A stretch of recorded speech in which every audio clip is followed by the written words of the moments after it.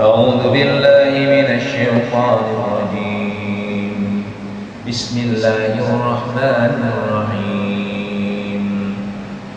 ولقد صرفنا في هذا القرآن للناس من كل مثل وكان الإنسان أكثر شيء جدلا وما منع الناس أن يؤمنوا إذ جاءهم الهدى ويستغفروا ربهم إلا أن تأتيهم سنة الأولين أو يأتيهم العذاب قبلا وما نرسل المرسلين إلا مبشرين ومنذرين ويجادل الذين كفروا بالباطل ليضيعوا به الحق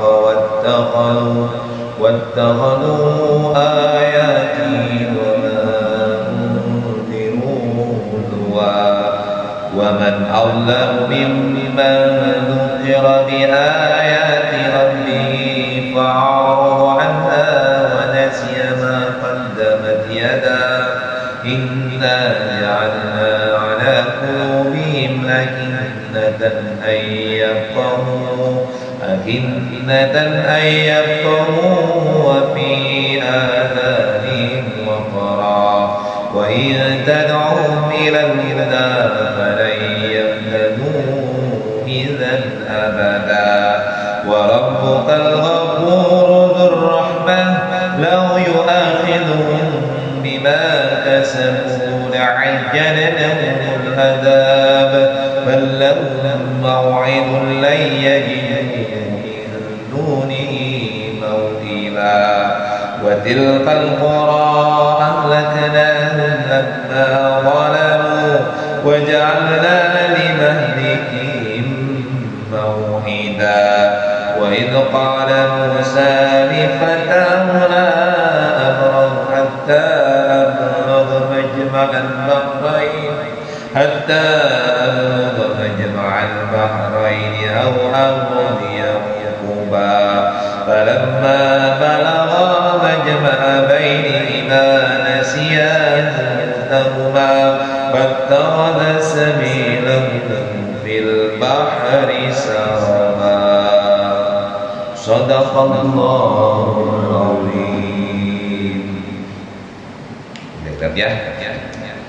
Walaqad sarrafna fi hadzal qur'ani lin-nasi min kulli mathal, dan sesungguhnya kami telah menjelaskan berulang-ulang kepada manusia dalam Al-Qur'an ini dengan bermacam-macam perumpamaan. Jadi Allah membuat perumpamaan di dalam Al-Qur'an, banyak perumpamaan, diulang-ulang perumpamaan itu ya. Untuk apa? Untuk menjelaskan kepada manusia. Dijelaskan dulu tentang kisah, cerita, riwayat dan sebagainya agar jadi pelajaran. Banyak kan kisah dalam Al-Quran dan perumpamaan. Nah ini yang diceritakan di sebelumnya, kisah perumpamannya tentang Ashabul Kahfi.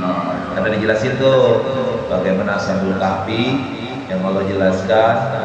Pemuda-pemuda, ada yang mengatakan 4 dengan 4 dengan anjingnya, ada mengatakan 5 dengan anjingnya, ada mengatakan 7, 8 dengan anjingnya.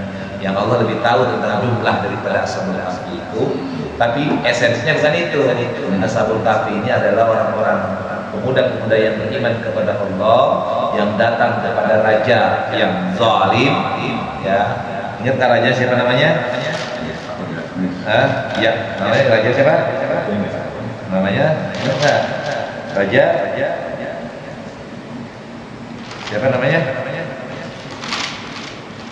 Rajanya namanya adalah rajanya namanya Raja Dicyanus. Raja Dicyanus, tapi kemudian yang terjadi justru Raja Dicyanus ini mengingkari dakwah daripada para pemuda-pemuda itu, yang kemudian akhirnya dikejar-kejar, mau dibunuh sampai akhirnya masuk ke dalam gua. Nah disitulah akhirnya mereka menunggu sampai situasi reda sampai akhirnya tiba-tiba mereka lelah dan tertidur. Bukan 1 hari, bukan 1 bulan, bukan 1 tahun, tapi 309 tahun. Dan kemudian terbangun. 309 tahun kemudian terbangun, dan mereka saling bertanya, udah berapa kali, udah berapa hari, berapa tahun, udah berapa jam di sini. Pertanyaannya 40. Berapa jam kita di sini, berapa hari? Nah, ada yang berkata ini baru 1 hari, ada yang mengatakan paling juga sebentar. Nah, ini untuk meyakinkan mereka mengutuslah seseorang pergi ke kota, dan ternyata setelah di sana mereka menemukan bahwa mereka sudah 309 tahun berada di dalam gua itu. Itu ceritanya tuh. Artinya apa? Allah Maha Kuasa menghidupkan dan mematikan. Artinya Allah berkuasa menghadirkan manusia kembali ketika nanti di kiamat. Ketika sudah mati, walaupun manusia mati, nanti ketika hari berbangkit semua akan dihidupkan kembali. Sebagaimana Allah kuasa untuk membuat orang yang tertidur 309 tahun kemudian dihidupkan kembali dengan keadaan fisik yang tidak berubah, dengan tetap hidup, tidak ada yang berubah kecuali beberapa hal yang berubah. Yaitu berubahnya misalnya diantaranya adalah keledai mereka sudah menjadi tulang belulang, gitu kan. Ada yang hancur, tapi mereka sendiri tidak mengalami kehancuran. Artinya Allah Maha Kuasa terhadap segala hal, termasuk di dalamnya menghidupkan manusia kembali antara jasad dengan ruhnya. Dihidupkan jasad dengan ruhnya, bukan ruhnya saja, tapi dihidupkan fisik dengan ruhnya. Termasuk nanti di neraka. Di neraka itu manusia dikembalikan lagi, disiksa, mati, hidup, dikembalikan lagi, tumbuh lagi kulit-kulit, sehingga penderitaan itu tidak pernah berhenti. Jadi di sana kita ruhnya aja. Allah kuasa untuk menghadirkan jasa dengan bukan hanya sekedar. Nah, Allah telah membuat perumpamaan dengan berulang-ulang dalam Al-Quran ini untuk menjelaskan kepada kita manusia. Wa kana al-insanu aktsara syai'in jadala, tetapi manusia adalah memang yang paling banyak membantah. Ini manusia itu udah dikasih perumpamaan banyak membantahnya, banyak ingkarnya. Itu mah mitos gitu. Mitos itu mah orang nggak pernah ada gitu. Nah, padahal Allah memberikan peringatan, bahkan nggak usah jauh-jauh. Ada beberapa kisah, misalnya makam-makam orang-orang yang soleh ketika digali kembali untuk dipindahkan, misalnya kemarin makam Mbah Mun, ya kan, ketika digali dipindahkan kan masih berwangi, jasadnya masih utuh, tidak ada yang hancur. Banyak penemuan-penemuan begitu kan. Artinya Allah bisa memelihara yang namanya mayat-mayat sudah sekian puluh tahun atau sekian tahun tapi tidak mengalami perubahan. Itu atas kehendak Allah. Tapi kebanyakan manusia tadi itu banyak membantah daripada apa yang difirmankan Allah. Wa ma mana'an nasa ayyuminu ijja'ahumul huda wa yastaghfiru rabbahum illa an ta'tiyahum sunnatul awwalin aw ya'tiyahumul adabu qubula. Dan tidak ada sesuatu pun yang menghalangi manusia untuk beriman ketika petunjuk telah datang kepada mereka dan memohon ampunan kepada Tuhannya, kecuali keinginan menanti datangnya hukuman Allah yang telah berlaku pada umat yang terdahulu atau datangnya azab atas mereka dengan nyata.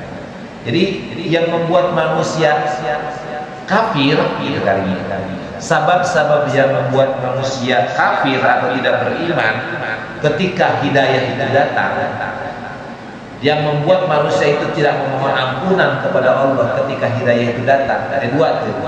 Jadi ketika hidayah datang, jadi ketika Al-Quran hadir, ketika Al-Quran dibacakan, ketika Rasulullah SAW hadir untuk mengingatkan agar meninggalkan penyembahan terhadap berhala, mengingatkan orang-orang kafir agar mentauhidkan Allah, yang membuat mereka tidak mau menerima, yang membuat mereka tidak segera memohon ampunan kepada Allah adalah karena mereka. Alasannya nih, yang pertama, mereka menginginkan datangnya hukumnya Allah sebagaimana telah menimpa orang-orang terdahulu, menantang. Ya, kalau benar misalnya kalau benar apa yang kau ucapkan, coba datangkan ajab sebagaimana ajab terhadap kaum Nabi Nuh. Coba ajab kami sebagaimana diajabnya kaum Samud. Coba datangkan azab sebagaimana diajabnya misalnya kaum Nuh. Nah itu nantang gitu. Jadi yang membuat mereka tidak mendapatkan hidayah atau tidak menerima hidayah, atau mereka mengingkari hidayah dan tidak segera memohon ampunan kepada Allah karena kesombongan. Karena kesombongan yang ada dalam hati mereka yang menantang azab Allah seperti yang telah menimpa kepada umat-umat terdahulu, atau mereka menginginkan bahwa azab itu datang ke hadapan mereka dengan nyata gitu. Jadi itu yang menyebabkan mereka itu tidak beriman, karena mereka menganggap bahwa azab itu hanya sekedar kisah-kisah. Coba kalau kamu benar itu ada tanya terus azab. Di antaranya begitu, nanti di ayat yang lain kalau kamu benar coba buat emas jadi emas. Coba kalau kamu benar gitu. Jadi mereka tidak beriman karena kesombongan mereka yang menganggap apa yang disampaikan oleh Nabi Muhammad SAW pada saat itu adalah sebagai sebuah hal yang bohong, bahkan dianggap Nabi sebagai orang gila. Padahal Nabi Muhammad SAW diutus oleh Allah untuk memberikan peringatan kepada kaumnya agar mereka meninggalkan penyembahan terhadap selain Allah dan menyembah kepada Allah Subhanahu wa taala, dan memberikan kabar gembira kepada mereka kalau mereka beriman dan bertakwa kepada Allah maka akan mendapatkan jaminan surganya Allah. Nah itu jadi kalau ada orang ada ceramah, ada orang ada dinasihati, kalau orang sudah dibacakan Al-Quran tapi tetap saja tidak beriman, nah itu artinya Allah sudah menutup hatinya. Nanti akan ada penjelasan. Disebabkan mereka ingin bukti bahwa azab yang pernah menimpa kepada umat terdahulu bisa menimpa kepada mereka, dan mereka ingin agar azab itu nyata, baru mereka akan beriman. Kalau nggak ada azab, nggak ada musibah, nggak ada bencana, mereka nggak ada beriman. Sebagaimana Fir'aun itu kan sudah diingatkan oleh Nabi Musa, ya kan, bahkan dihadirkan Elijah di depan matanya dengan tongkat yang mengalahkan penyihir saat itu, dan kemudian dengan tangan yang mengeluarkan cahaya dan lain sebagainya. Tapi Fir'aun tidak beriman, sampai Fir'aun beriman ketika dia akan mati tenggelam. Baru ketika akan mati karena tertenggelam, dia amantu bi rabbi Musa wa saya beriman kepada Tuhan Musa dan Harun. Ya iya, orang mati beriman. Nah itulah orang-orang yang kafir seperti itu.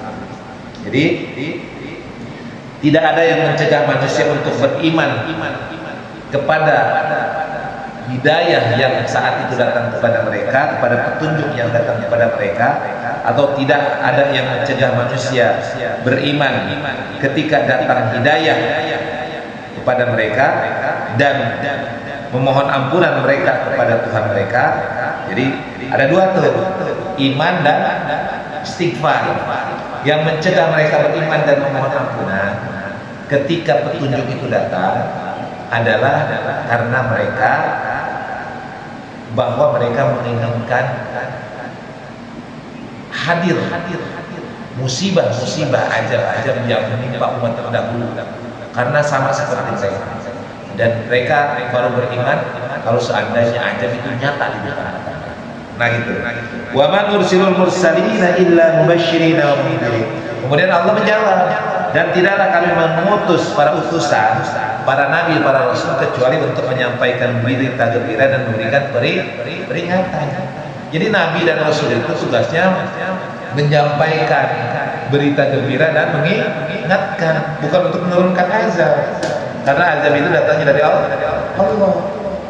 Maka kalau ada orang misalnya diberikan peringatan, jangan judi, jangan zina, jangan memakan harta riba, maka kalau orang ini tidak beriman, artinya sudah terserah saya. Nah, tugas kita hanya sekedar menyampaikan. Kalau kamu berjudi, maka akan ada azab dari Allah. Kalau kamu melakukan perbuatan maksiat, maka akan azab Allah. Maka ketika kita sudah mengucapkan itu tidak diindahkan, saya lah, saya menanggung, sudah. Kita nggak usah maksa-maksa untuk beriman, karena hidayah itu dari Allah. Maka kita selesai kewajiban kita. Jadi kewajiban kita adalah mengingatkan perbuatan-perbuatan kejahatan dan memberikan berita gembira bagi orang-orang yang mengerjakan ketaatan kepada Allah. Itu tugas kita tuh. Jadi jangan maksa-maksa orang. Wow, gini ya, nggak bisa. Biarkan hidayah. Ya, tapi kalau kita tekun mengajak itu memang adalah syariatnya harus begitu. Tapi tetap aja hidayah itu datang dari Allah. Maka banyakin doa. Kalau misalnya kita punya saudara, punya anak susah banget disuruh sholat. Gitu. Ya anak susah banget disuruh berbuat baiknya. Sholat itu susah banget ya anak. Maka kita terus mengajak, mengingatkan anak kita. Nah, udah sholat belum? Nah, udah sholat belum? Nah, udah sholat asar belum? Terus ingatkan. Ya, nanti jangan lupa juga doa di sela-sela sholat kita. Setelah sholat doa, ya Allah, mudah-mudahan Engkau berikan hidayah kepada anak saya, Allah, kepada istri saya, Allah. Mudah-mudahan memberikan hidayah sehingga mereka bisa melaksanakan kewajiban-kewajibannya. Doa tetap, tapi juga tetap hidayah dari Allah. Sebagaimana istrinya Nabi Nuh, istri Nabi Lut, anaknya Nabi Nuh, walaupun mereka anak Nabi, walaupun mereka istri Nabi, tapi ketika hidayah tidak datang, maka mereka menjadi orang yang kafir.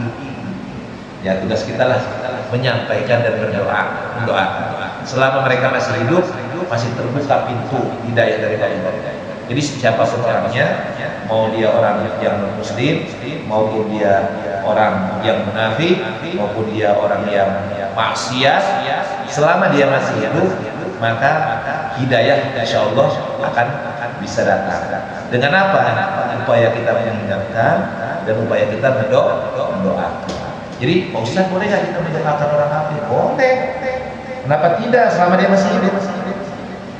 Misalnya ada orang kafir, orang non-muslim, orang non-muslim, dia orangnya baik, tetangga kita, misalnya ya, dia baik, juga bantu kita, akan kita pun suka saling memberi, tapi agamanya non-muslim. Nah, kita boleh mendoakan, ya Allah, ya orang udah baik nih, ya orangnya udah baik, maka ya Allah berikan hidayah dia masuk Islam, ya Allah, agar kebaikan jadi pahala bagi diri. Boleh. Yang nggak boleh itu kita mendoakan orang meninggal yang kafir, nggak boleh doain. Jadi ada orang kafir mati, umpama orang tua kita atau saudara kita atau buyut nenek moyang kita, mama dulu bukan muslim, matilah dia, maka kita udah putus, nggak bisa lagi. Jangankan ini segala hal putus. Ya, kecuali kalau saudara kita masih hidup, doain ya Allah mudah-mudahan Ulan, saudara saya, adik saya, kakak saya, mudah-mudahan segera mendapatkan hidayah Islam, ya Allah. Itu boleh. Dan itu masih kemungkinan dinikmati oleh Allah Subhanahu wa Ta'ala. Jadi yang nggak boleh itu mendoakan orang kafir yang sudah mati, nggak boleh. Nggak diterima, nggak bakal nyampe. Selesai urusannya. Tapi kalau mendoakan Muslim yang meninggal, itu insya Allah masih sampai. Makanya kenapa kita tahlilan? Kalau ada orang meninggal, kita kan tahlilan tuh, ya kan, baca sholawat, baca zikir, baca Quran, terus doa. Nyampe nggak tuh? Kita tahlilan mendoakan orang yang meninggal.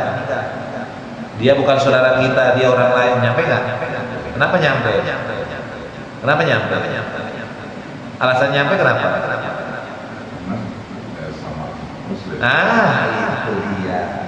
Yang membuat sampai doa kita karena dia sesama muslim. Innamal mu'minuna ikhwah. Jadi namanya ikhwah, saudara itu bukan hanya di dunia, sampai akhirat. Jadi namanya muslim itu persaudaraan dunia akhirat. Kalau saudara-saudara belum tentu dia saudara dunia akhirat. Bisa jadi di dunia dia saudara, tapi di akhirat nggak saudara, ya kan? Kalau saudara kita non muslim gimana? Kan di akhirat nggak saudara gitu. Tapi orang muslim, walaupun bukan satu nasab, satu darah, satu keturunan, dia saudara. Dan saudara dengan saudara itu akan sampai doanya sampai akhir. Maka Allah maghfiril muslimin wal muslimat. Kita doakan ya Allah, ampunilah kaum muslimin wal muslimat, mukminin wal mukminat, al ahya'i minhum wal amwat. Baik yang masih hidup maupun sudah yang meninggal. Allahumma ighfir lahu warhamhu, ya Allah ampunilah lahu mayat ini yang meninggal ini, dan rahmatilah dia, ya kan, wa'fu anhu, Allahumma ighfir lahu warhamhu wa'afihi wa'fu anhu, maka selamatkanlah dia, ya kan, dan berikanlah dia kesejahteraan. Kan kita doakan gitu. Nyampe nggak tuh? Nyampe, karena dia seorang muslim atau muslimin atau muslimah gitu ya. Ingat tuh. Tapi kalau orang ditanya, itu orang Taliban udah meninggal, sampai doanya? Sampai. Kenapa sampai? Karena dia muslim. Maka orang muslim itu pasti doanya kan sampai. Gitu. Oh iya, dan kita butuh doa. Contoh lagi, Rasulullah SAW kira-kira sudah meninggal belum? Nabi Muhammad sudah meninggal belum? Sudah meninggal. Kalau kita mendoakan kepada Nabi sampai enggak? Bahkan bukan hanya sampai, kita diperintahkan untuk mendoakan Rasulullah dengan apa? Dengan sholawat, ya kan? Kita diperintahkan selalu bersolawat. Solawat itu artinya apa? Mendoakan, ya Allah sampaikan rahmat dan keselamatan kepada Nabi Muhammad. Ya Allah mudah-mudahan rahmat dan keselamatan tercurah kepada Nabi Muhammad. Doa bukan? Doa. Kita mendoakan Rasulullah SAW. Dan dengan sholawat kita Rasulullah akan menjadi berikan syafaat. Jadi kata Rasulullah di akhiratnya, ini umatku sering bersolawat ya Allah, dia sering mendoakan aku, dan aku adalah kekasihmu ya Allah, maka aku memberikan syafaat untuk orang ini. Orang ini orang yang baik, yang aku berterima kasih karena dia mendoakan aku. Contoh begini aja, contoh nggak usah jauh-jauh. Misal umpama gini, ya, ada kita misalnya, ada anak kita mau ujian, misalnya perguruan tinggi atau ujian PNS, kita punya guru, datanglah ke guru itu. Nah, yuk kita doa sama kiai. Kita datanglah bersama anak kita ke kiai. Pak Kiai, tolong doakan anak saya. Kenapa? Karena Pak Kiai ini dianggap orang yang soleh, orang yang dekat dengan Allah, yang doanya, permohonannya didengar oleh Allah. Maka kemudian kata Kiai dia doa untuk ketulusan dan keikhlasan untuk anak kita khususnya. Dan alhamdulillah anak kita berhasil jadi misalnya tentara, PNS dan sebagainya. Maka kita berterima kasih kepada Kiai. Gitu kalimat-kalimat berterima kasih kepada Kiai. Dengan apa? Dengan mendoakan Pak Kiai. Gitu. Atau kita misalnya ada orang mau berbisnis, ya kan? Berdoakanlah kita kepada orang ini. Mudah-mudahan suksesnya bisnis. Kita doakan, ya Allah berikanlah sukses kepada orang ini. Dan orang ini berhasil. Dia menjadi berhasil dalam bisnis. Kira-kira orang ini akan berterima kasih. Nah, itu dia. Logika sederhana. Rasulullah SAW ini adalah Nabi dan Rasulullah. Dia adalah khataman Nabi dan Mursalin, penutup para Nabi dan para Rasul, penghulu para Nabi dan para Rasul. Dia adalah seorang hamba Allah yang sangat-sangat dimuliakan oleh Allah. Nah, kita mendoakan. Maka Rasulullah pun akan merekomendasikan kepada Allah, ya Allah, umatku ini selalu mendoakan aku ya Allah, maka aku menjadi jaminan untuk dia surga ya Allah. Maka aku jamin dia surga. Itulah syafaat. Karena kita bersolawat. Maka kan ada orang kalau 1000 kali sholawat, kalau orang sedang sakit baca 1000 kali sholawat, maka insya Allah akan diberikan kesembuhan. Harus yakin ya. Kemudian lanjut. Apa namanya? Wa yujadilul ladina kafaru bil batil liyudhidu bil haqq wa takhadhu ayati wa ma unziru huzwa. Wa yujadilu, jadi orang-orang yang kafir ini ya membantah dengan cara yang batil agar dengan demikian mereka dapat menanyakan yang hak atau yang benar, dan mereka menjadikan ayat-ayat Allah dan apa yang diberikan kepada mereka sebagai Allah. Ini karakter orang kafir. Ketika Rasul datang memberikan kabar gembira dan peringatan, maka membantah. Bahkan bukan hanya itu mengolok-olok. Jadi kadang-kadang ada orang kita nasihati, jangan berikan siapa lu, orang kerek mengingat-ingatin gua, itu sama kayak gitu. Ya, itu orang kafir. Maka karakternya sama. Di zaman Rasul juga begitu. Ketika Nabi Muhammad SAW berpidato di tengah-tengah Ka'bah, di tengah-tengah orang-orang kerumunan Makkah, kafir Quraisy, maka yang terjadi begitu. siapa lu? Diolok-olok, diejek dan dihina, bahkan ditimpang dan macam-macam peristiwa yang dialami oleh Rasulullah sebab penghinaan. Kemudian wa man azlamu mimman dzukira bi ayati rabbih fa'arada 'anha wa nasiya ma qaddamat yadahu. Dan siapakah orang yang paling zalim melainkan orang yang diberikan atau diperingat dengan ayat-ayat Tuhannya fa'arada 'anha, kemudian berpaling wa nasiya ma qaddamat yadahu, dan dia melupakan apa yang diperbuatnya. Lalu dia berpaling dari apa yang telah dikerjakan oleh kedua tangan. Jadi gini, orang yang paling zalim kata Allah adalah orang yang diberikan peringatan oleh ayat-ayat Allah, tapi dia berpaling. Ketika dibacakan Al-Quran, lama banget. Nah itu orang yang paling zalim. Jadi kalau ada orang misalnya baca Al-Quran, tapi orang ini lama banget sih bacaannya, dicela lah, bacaannya kok gitu amat, gak usah lah pakai lagu-lagu, bacaan biasa aja. Atau pas sholat lama banget imam bacaannya. Nah ini orang yang mempalingkan hati-hati. Ini orang kafir ini. Dan orang begini nih orang yang paling zalim. Jadi orang yang paling zalim kata Allah adalah orang-orang yang dibacakan, diingatkan dengan ayat-ayat Allah, dia malah berpaling, bahkan mencela. Kemudian dia seolah-olah nggak pernah melakukan itu. Inna ja'alna ala qulubihim akinnatan ayatan. Kenapa? Karena Allah menjadikan di dalam hatinya akinnah. Jadi di dalam hatinya Allah jadikan tutup sehingga tidak memahami ayat-ayat Allah. Wa fi adanihim waqra, dan di dalam atau di telinganya Allah berikan sumbar. Jadi Allah jadikan hatinya tertutup dan telinganya Allah sumbar. Bukan telinga ini maksudnya yang ada dalam hati. Kan di dalam hati itu kan ada mata hati, ada telinga hati. Nah Allah jadikan hatinya tertutup untuk menerima ayat-ayat Allah, sehingga bawaannya kesal. Itu hati-hati. Jadi kalau kita ada melihat orang dibacakan Al-Quran, ala dia mencela atau apa, itu orang-orang cenderung kafir. Mungkin agamanya Islam, tapi hatinya kafir. Nah orang-orang begini harus segera istighfar. Jadi kalau ada hal-hal seperti itu, atau diperingatkan dengan ayat-ayat Allah, dibacakan ayat Allah, tapi justru berpaling. Artinya dia berpaling itu melecehkan, merendahkan, menghinakan, bahkan cenderung melakukan olok-olok. Nah, ini orang yang kafir.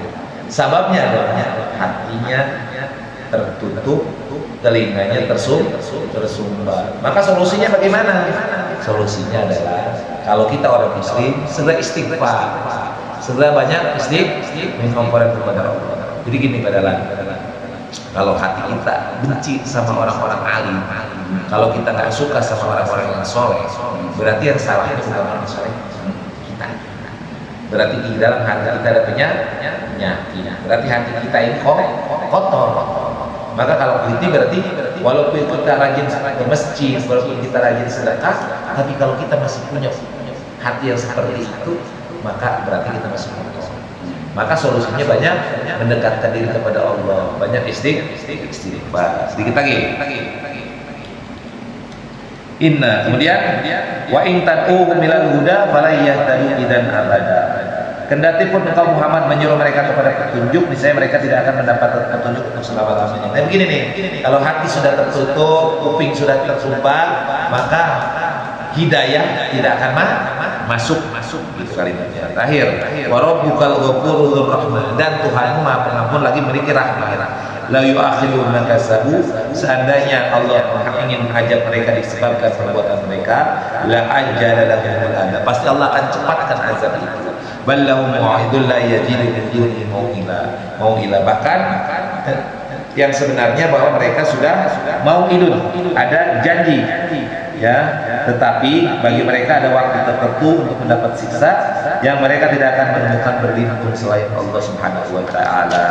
Wa tilkal qura ahlaknahum, dan Penduduk negeri itu telah kami binasakan ketika mereka berbuat zalim dan telah kami tetapkan tertentu bagi kebinasaan mereka. Nah, sampai situ aja tuh yang ayat 2 ayat akhir nanti pada bahasan besok ya. Jadi kesimpulannya satu, nih kesimpulannya adalah bahwa Allah memberikan penjelasan dalam Al-Quran ini dengan berupa perumpamaan agar manusia gampang memahaminya. Yang kedua, yang menyebabkan orang tidak mau beriman, yang menyebabkan orang tidak mau menjadi seorang mukmin adalah karena kesombongan, sehingga hidayah itu tidak bisa masuk ke dalam hati orang. Buang kesombongannya, merasa aku paling hebat, buka selebar-lebarnya hati, jangan sombong, jangan masang dinding di kalimatnya, karena kalau masang dinding susah untuk menembus hidayah. Maka kalau kita lagi ngaji, buka dulu hatinya, buang dulu kesombongan semua. Saya orang kaya, wah saya pejabat, nggak boleh. Kalau ngaji kita hilangkan kesombongan kita. Jadikanlah diri kita ini seperti orang yang fakir, nggak memiliki ilmu, nggak memiliki apa-apa, sehingga ilmu itu akan masuk. Tapi kalau orang udah sombong, dia datang ke pengajian nggak bakal masuk. Ya, kalau orang sombong, oh saya orang pintar, maka yang terjadi akan mencela orang yang memberikan ilmu, akan mencari kesalahan-kesalahan, karena dia sudah sombong. Maka jadilah orang yang tawadu, yang rendah hati, sehingga hidayah itu akan masuk. Jelas ya? Cukup. Shadaqallahul azim. Alhamdulillahirabbil alamin.